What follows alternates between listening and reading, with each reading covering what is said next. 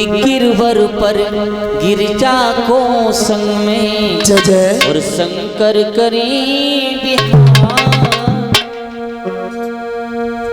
अमर कथा को लगी सुनानी गौरा को त्रिपुरारी उमा की पड़ी गई सोता हूँ कला देर हो तोता उमा की पड़ी गई सोता हूँ कला देर हो तोता।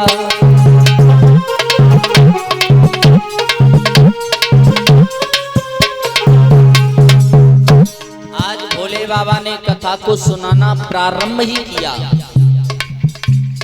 अब कथा को सुनाना प्रारंभ किया कि कथा जैसे ही प्रारंभ हुई सती मैया की आंख लग गई। सती मैया सो गई।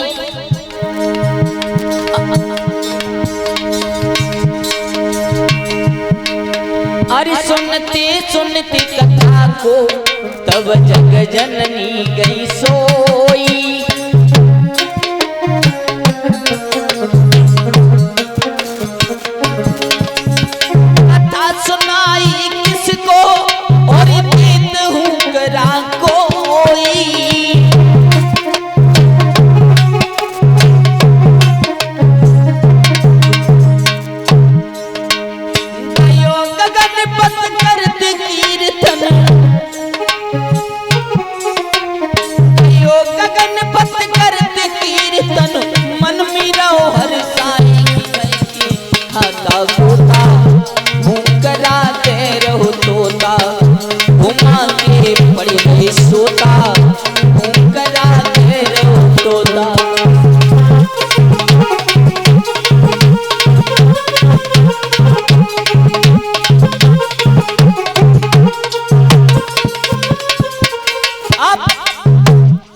उमा जी की तो आंख लग गई, सोने लगी। अब जो तोते का अंडा रखा हुआ था, ये सब जानते हैं कि अंडे में जीव होता है। कथा के प्रभाव से वो जीव धीरे धीरे बड़ा हुआ और जब अंडा फूटा तो उसमें से एक तोते का बच्चा निकला। अब उस बच्चे ने मन में विचार किया कि कथा सुनाने वाले को अगर मैंने हुकरा नहीं दिया तो ये कहीं कथा सुनाना बंद ना कर दे। अब उमा जी तो सो रही हैं। अब तोते के बच्चा जो था वो उमा की जगह हुकरा देने लगा। भोले बाबा कथा सुना रहे हैं, तोता हुंकारे दे रहा है।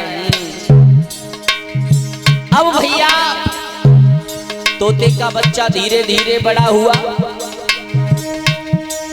अरे पंख जमी तोता के ये अमर कथा की माया।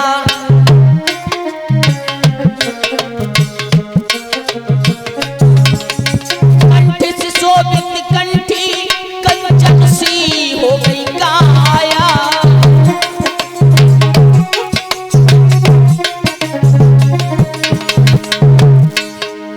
गयो गगन पथ करत कीर्तन, हो गयो गगन पथ करत कीर्तन। मन मिरो हर साई की भैली खाता होता हुंकरा घेर होता। उमा की पड़ी गई सोता हुंकरा घेर होता।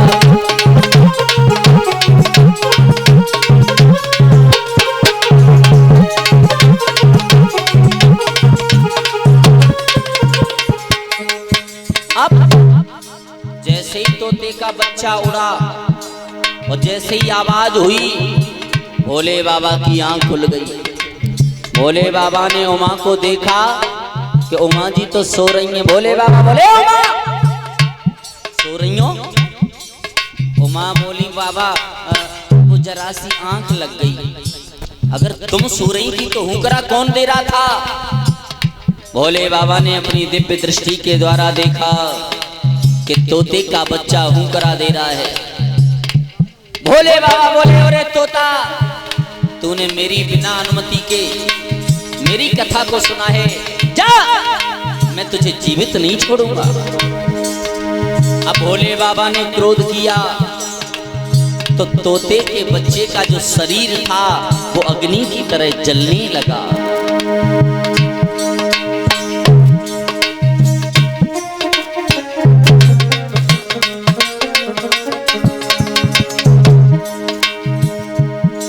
वो पंख जले तोता के जब शिव ने बोली वाणी,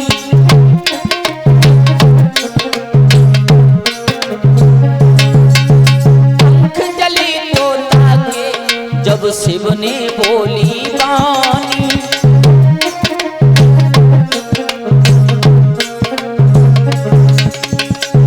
सुन गयो तोता भवसागर पाप निशानी।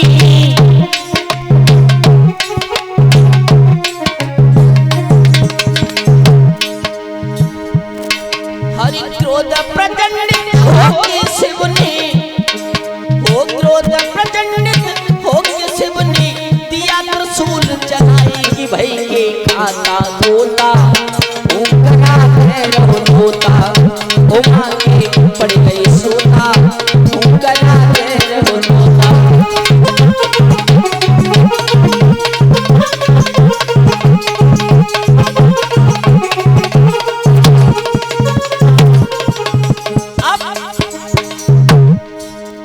जैसे ही तोता का शरीर जलने लगा, भोले बाबा बोले तोता तुझे जीवित नहीं छोड़ूंगा। तोता दौड़ पड़ा। जैसे ही तोता भागा आगे आगे, तोता पीछे पीछे, भोले बाबा का त्रिशूल और उसके पीछे भोले बाबा। तीनों लोग आज तोता भागता जा रहा है। तीनों लोगों की परिक्रमा कर दी लेकिन कहीं छुपने का स्थान नहीं मिला। उसने देखा वेद व्यास की पत्नी अरणी जी जो अपनी छत के ऊपर अपने केस सुखा रही थी। उस तोते के बच्चे ने सोचा इससे अच्छा स्थान अब कहाँ मिल सकता है। और हुआ क्या, आगे चल तोता ने एक अद्भुत रूप बनाया।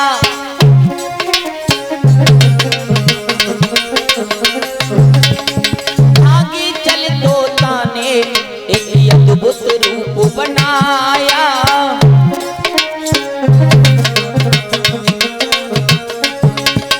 वेद व्यास की पत्नी के मुख में जाए समाया।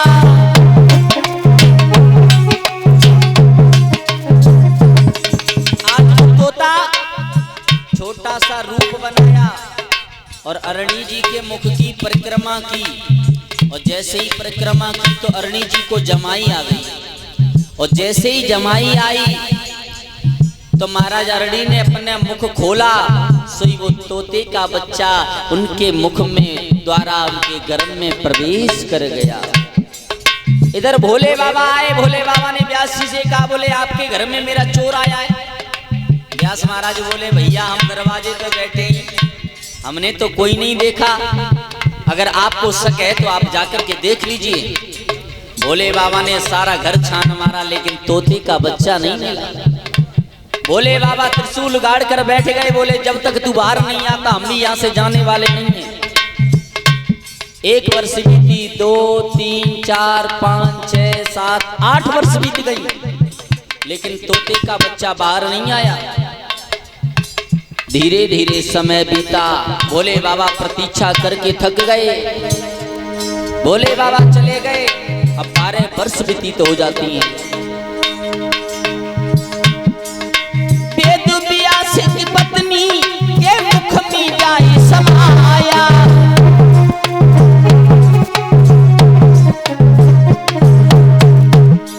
अरे 12 वर्ष गर्भ में बीते, 12 वर्ष गर्भ में बीते।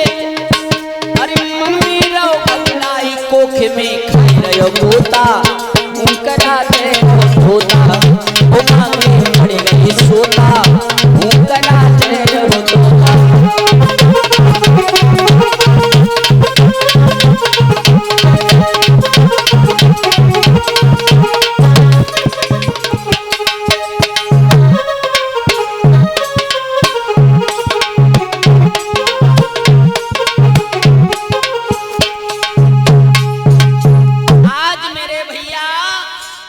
जैसे ही